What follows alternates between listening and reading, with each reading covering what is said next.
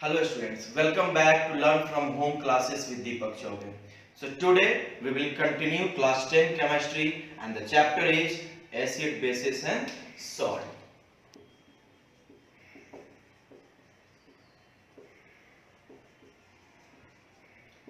So in previous classes we have discussed about acids, types of acids and physical and chemical properties of acids. So today we will start a new chapter, a new topic, and that is base. Base. Look, base means what? So, in first class I have told you that base means something that has bitter taste, right? जिसका bitter taste होता है वो base कहलाता है generally, यानी उसके bitterness base के presence के कारण ही होता है. तो बेस एक्चुअली बेसिकली होता क्या है? तो बेस एक मेटल ऑक्साइड है या मेटल हाइड्रो ऑक्साइड है या इसको हम लोग बोल सकते हैं अमोनियम हाइड्रो ऑक्साइड. यानी metal oxide, metal hydro oxide या अमोनियम ऑक्साइड जो which react with hydronium ion of an acid to form salt and water. Base क्या है? यानी metal oxides, all metal oxides, metal hydroxide and ammonium hydroxide which react with the hydronium ion of an acid and form salt and water. Like suppose I am taking a copper, CuO, copper oxide, metal oxide है ये क्या है? Metal oxide नहीं, copper oxide. And when suppose it react with acid HCl, it will form Cu Cl2 copper chloride and plus H2O. This is the metal oxide react with acid. Or metal hydroxide, suppose MgOH whole 2 magnesium hydroxide react with H2SO4, then it form MgSO4 and plus H2O, salt and water. तो यहाँ पे होता क्या है कि ये oxide या ये हाइड्रोक्साइड इस एसिड से रिएक्ट किया, उसके हाइड्रोनियम आयन से रिएक्ट किया और सॉल्ट और वाटर बनाया. तो base, simple, very simple definition of base. A base is either metal oxide, metal hydroxide or ammonium hydroxide which react with acid or hydronium ion of an acid to form salt and water. Okay, so अब यहाँ पे हम लोग का है तो metal oxide, metal hydroxide दोनों है. यहाँ पे हाइड्रोक्साइड यानी ऑक्साइड है और हाइड्रोक्साइड. तो सिंपल हम लोग बोल सकते हैं we can कि a base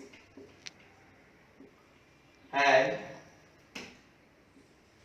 displaceable oxide ion यानी O2 माइनस और हाइड्रो ऑक्साइड आयन यानी OH माइनस. दो तरह के आयन इसमें हो सकते हैं रिलीज. एक या तो ऑक्साइड आयन O2 माइनस या hydro oxide ions OH minus. यानी ये निगेटिव आयंस ही रिलीज करता है. डिस्प्लेसेबल नेगेटिव आयंस होते हैं इसके पास, पॉजिटिव नहीं है. सो बेस में अब जितने भी हैं सब क्या करेंगे इसी में. यानी कि मतलब मेटल ऑक्साइड, तो मेटल ऑक्साइड के पास कौन सा आयन होगा? Oxide ion. कौन सा आयन? Oxide ion. और अगर हाइड्रो ऑक्साइड है तो वो क्या होगा? Hydroxide ion. तो यही है, यानी metal, what is metal oxide? तो मेटल ऑक्साइड या बेसिक ऑक्साइड भी बोल सकते हैं इसको. तो metal oxide is a substance which produce oxide ion on dissociation, टूटने पे ऑक्साइड आयन देगा। हाइड्रोक्साइड, तो metal hydroxide is substance based on dissociation produce hydroxide ions. Okay, so now let's move to the next one, next topic, and that is alkali.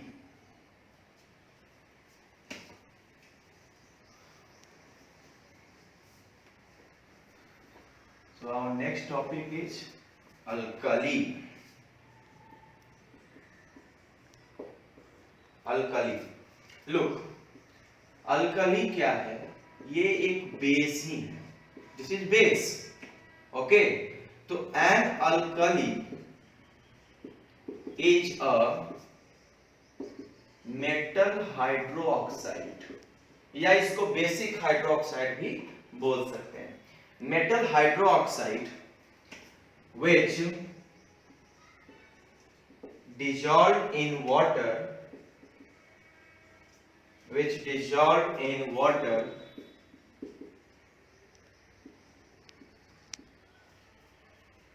produces OH minus, OH negative यानी hydro oxide ion, या hydroxide भी बोल सकते हैं इसको, hydroxide बोलो या hydro oxide. Okay, hydroxide ion, only negative ion, that is this is the only negative ions, negatively charged ion in that base. Okay, as the only negatively charged ion, यानी अगर मान लेते हैं ये है सोडियम हाइड्रोक्साइड, सोडियम हाइड्रोक्साइड, अगर ये टूटेगा, ब्रेक करेगा, तो ये सोडियम Na+ और इसके साथ एक ही नेगेटिव आयन होगा और वो है OH-। ओके, यानी this is the hydroxide ion या हाइड्रोक्साइड आयन।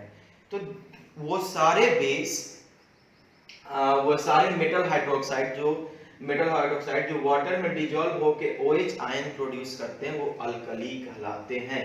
लेकिन इसका एक बेस्ट प्रॉपर्टीज ये है कि all alkalis is a water soluble base, जितने भी अल्कली हैं, यानी या इसको हम जितने भी अल्कलीज हैं वो सब जो हैं वाटर सॉल्युबल होते हैं, वाटर में डिसॉल्व होते हैं, यानी इसको हम लोग सिंपल बोल सकते हैं alkali is a water soluble base. Okay, तो एक बात यहाँ पे ध्यान देनी है, और ये हमेशा हाइड्रोक्साइड आयन ही प्रोड्यूस करेगा। मेनली हम लोग बेस को हाइड्रोक्साइड आयन से ही जानते हैं, ठीक है, लेकिन ऑक्साइड आयन भी रिलीज कर सकता है, जैसे मेटल ऑक्साइड रहा तो। ओके, तो और ये वाटर सॉल्युबल होता है। तो एक बात जो बहुत जरूरी है जानने की कि जितने भी एस हैं, ऑल अल्कलीज आर बेस, जितने अल्कली हैं सब बेस हैं, all alkalis are bases, but all bases are not alkalis, लेकिन सारे बेसिस अल्कली नहीं होते हैं। कहने का मतलब क्या हुआ कि अल्कली का मतलब वाटर सॉल्युबल, तो जितने भी अल्कली सब तो बेस तो है ही, वाटर सॉल्युबल बेस है, यानी कि बेस तो है ही अल्कली, लेकिन सारा बेस वाटर सॉल्युबल हो जाए ये कोई जरूरी नहीं है। लाइक कि अगर हम लोग बात करें यहाँ पे कि आयरन हाइड्रोक्साइड है, यानी फेरिक हाइड्रोक्साइड है, ठीक है, FeOH का होल्ड, ये वाटर सॉल्युबल बेस नहीं है, ये does not soluble in water. लेकिन हाइड्रोक्साइड तो है, मेटल हाइड्रोक्साइड है, बेस तो है, लेकिन वाटर सॉल्युबल नहीं है। वही तरीके से copper hydroxide, same does not soluble in water, ये भी बेस है लेकिन वाटर सॉल्यूबल नहीं है। तो ये बात बहुत ध्यान रखना है हम लोगों को कि सारा बेस जो है वो अल्कली नहीं कहलाएगा, वो वाटर सॉल्यूबल नहीं हो सकता। हाँ, लेकिन जो अल्कली है वो तो बेस है ही। ओके, सो अब हम लोग आगे बढ़ते हैं तो देखते हैं कि यहाँ पे तो याद रखने वाली बात ये है कि जितने भी ऐसे सोडियम के NaOH, सोडियम हाइड्रोक्साइड, ये मेरा क्या है सॉल्यूबल बेस है, कॉस्टिक सोडा भी कहते हैं इसको, पोटेशियम हाइड्रोक्साइड ये भी मेरा क्या है हाईली रिएक्टिव बेस है। ये सारे यानी ये अल्कलीज हैं। जनरली जो होता है, जनरल टर्म हम लोग बोल सकते हैं कि मेटल ऑक्साइड्स या मेटल हाइड्रोक्साइड जो होते हैं वो इनसॉल्यूबल ही होते हैं वाटर में। कुछ जो होता है वो सॉल्यूबल होता है, जिसको हम लोग क्या नाम देते हैं, अल्कली नाम देते हैं। अब आगे देखते हैं तो कि बेसिस को कितने ग्रुप्स में हम लोग डिवाइड कर सकते हैं। तो classification of basis,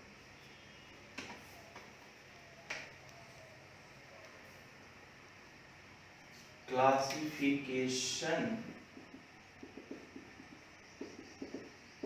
of base. Basis को हम लोग अलग अलग प्रॉपर्टीज के आधार पे बेस के उसको हम लोग डिवाइड करते हैं। लाइक दो मेनली है प्रॉपर्टीज, एक है on the basis of strength, on the basis of strength. तो स्ट्रेंथ मींस यहां पे हो गया strength of base means the number of और the concentration of hydroxide ion produced by the given base. Okay, यानी strength of acid में hydronium ions था, यहाँ पे हाइड्रोक्साइड आयन है। तो इसके बेसिस पे हम लोग दो तरह के बेस होते हैं, एक होता है strong base. Strong base means what, that undergoes in complete ionization and produce high concentration of hydroxyl ion, यानी high concentration of OH negative ये क्या करेगा, प्रोड्यूस करेगा, कंप्लीट आयोनाइजेशन में जाता है। तो जैसे यहाँ पे सोडियम हाइड्रोक्साइड ये मेरा स्ट्रॉन्ग बेस है, पोटेशियम हाइड्रोक्साइड ये मेरा क्या है स्ट्रॉन्ग बेस है। तो ये जो होंगे वो कंप्लीट आयोनाइजेशन में जाते हैं, तुरंत वो क्या होता है पूरा टूट जाता है, ब्रेक कर जाता है, और high concentration of OH negative ये क्या करेगा, प्रोड्यूस करेगा। सेकेंड है आपका वीक बेस। वीक बेस का मतलब क्या हुआ, that undergoes in partial ionization। partial ionization का मतलब क्या हो गया कि वो थोड़ा ब्रेक करेगा, थोड़ा ब्रेक नहीं कर सकता है। तो partial ionization and produce low concentration of OH negative। Low concentration में ये हाइड्रोक्साइड आयन क्या करेगा, प्रोड्यूस करेगा। जैसे हम लोग यहाँ पे एग्जांपल लिख सकते हैं NH4OH अमोनियम हाइड्रोक्साइड या कैल्शियम हाइड्रोक्साइड ETC। ये सब क्या है, लो कंसंट्रेशन का hydronium ion produce hydroxyl ion produce करेगा, यानी पार्शियल आयोनाइजेशन में ये चला जाता है, टोटल आयोनाइजेशन नहीं हो पाता है। अगर इसको हम लोग वाटर में डिसॉल्व करें तो, यानी in aqueous solution, in aqueous solution में यहाँ पे आयोनाइजेशन कहाँ होगा, एक्वस सॉल्यूशन में होगा आयोनाइजेशन, चाहे वो एसिड हो बेस हो। Okay, so on the basis of strength two types of base, strong base and weak base। strong base NaOH, KOH ये सब strong है, weak में आ जाता है NH4OH कैल्शियम हाइड्रोक्साइड। तो ये सब क्या है, weak base है, यानी incomplete ionization, partial ionization। now let's move to the next classification, and that is on the basis of acidity. On the basis of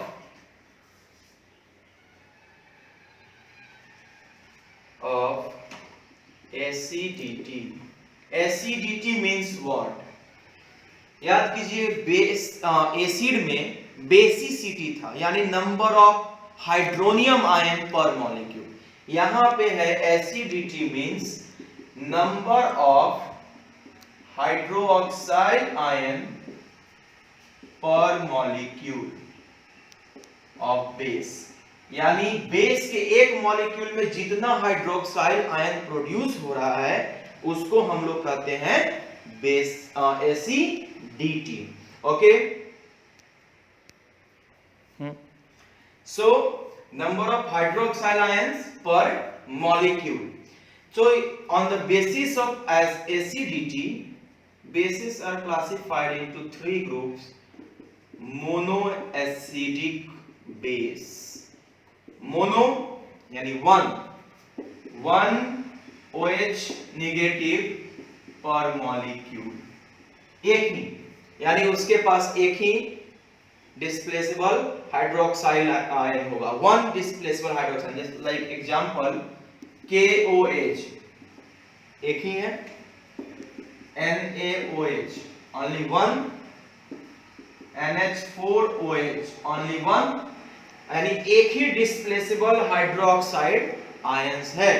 तो इस टाइप के बेस को हम लोग on the basis of acidity हम लोग क्या बोलेंगे? मोनोएसिडिक बेस, यानी ये ब्रेक करेगा तो सिर्फ एक ही हाइड्रोक्साइड आयन प्रोड्यूस करेगा। नंबर 2, and that is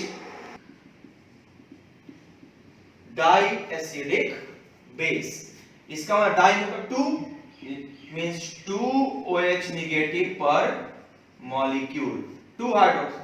इसका मतलब they have in diacidic base 2 displaceable hydroxyl ion, right? So like CuOH का whole 2, okay, CaOH का whole 2, how many hydroxide ion here? 2.